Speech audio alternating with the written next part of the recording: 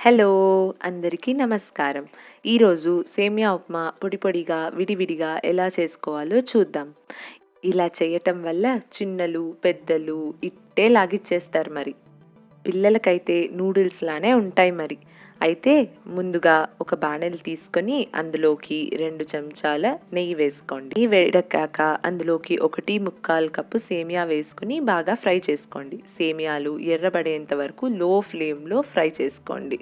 ఇలా ఫ్రై చేసిన సేమియాలను స్టోర్ చేసుకొని ఇన్‌స్టంట్ ఉప్మా కూడా తయారు చేసుకోవచ్చు.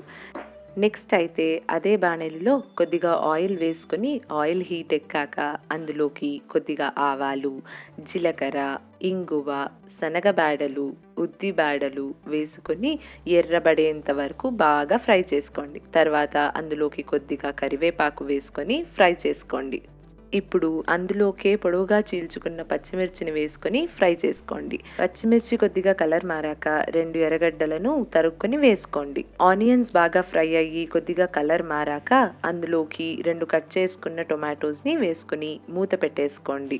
ఇదే స్టేజ్‌లో కూరగాయలు కావాలనుకుంటే కూరగాయలు కూడా వేసుకోవచ్చు. సో, ఇలా మూత పెట్టుకొని తర్వాత మగ్గాక మూత తీసుకొని చెక్ చేసుకోండి.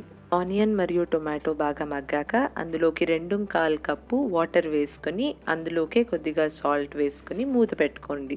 మూత పెట్టుకోవడం వల్ల నీళ్లు తొందరగా మరుగుతాయి. ఇలా వేడి నీళ్ళల్లో సేమియాలు వేయటం వల్ల సేమియాలు ఉంటలు కట్టకుండా సేమియా ఉప్మా సూపర్‌గా వస్తుంది. ఇలా 10 మినిట్స్ తర్వాత మూత తీసి చూడగా నీళ్లు బాగా మరుగుతూ ఉంటాయి. ఇందులోకి మెల్లగా సేమియాలు వేసుకుంటూ కలుపుకోండి. ఇలా కలుపుతూ వేయటం వల్ల ఉండలు కట్టవు. ఒకేసారి అన్ని సేమియాలు వేసుకోకుండా కొద్ది కొద్దిగా వేసుకుంటూ కలుపుకోండి.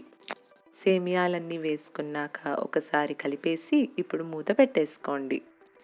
సేమియాలను ఒక 10-15 మినిట్స్ ఉడకనివ్వండి. నీరంతా ఆవిరైపోయి సేమియాలు ఉడికాక స్టవ్ ఆఫ్ చేసేసుకోండి. సేమియా ఉప్మాను ఎప్పుడూ ఎక్కువగా మిక్స్ చేయకూడదు. దీనివల్ల సేమియాలు పేస్ట్‌గా తయారైపోతాయి. సో, లాస్ట్‌లో కొత్తిమీరతో గార్నిష్ చేసుకోండి. అంతే, ఎంతో రుచికరమైన సేమియా ఉప్మా రెడీ.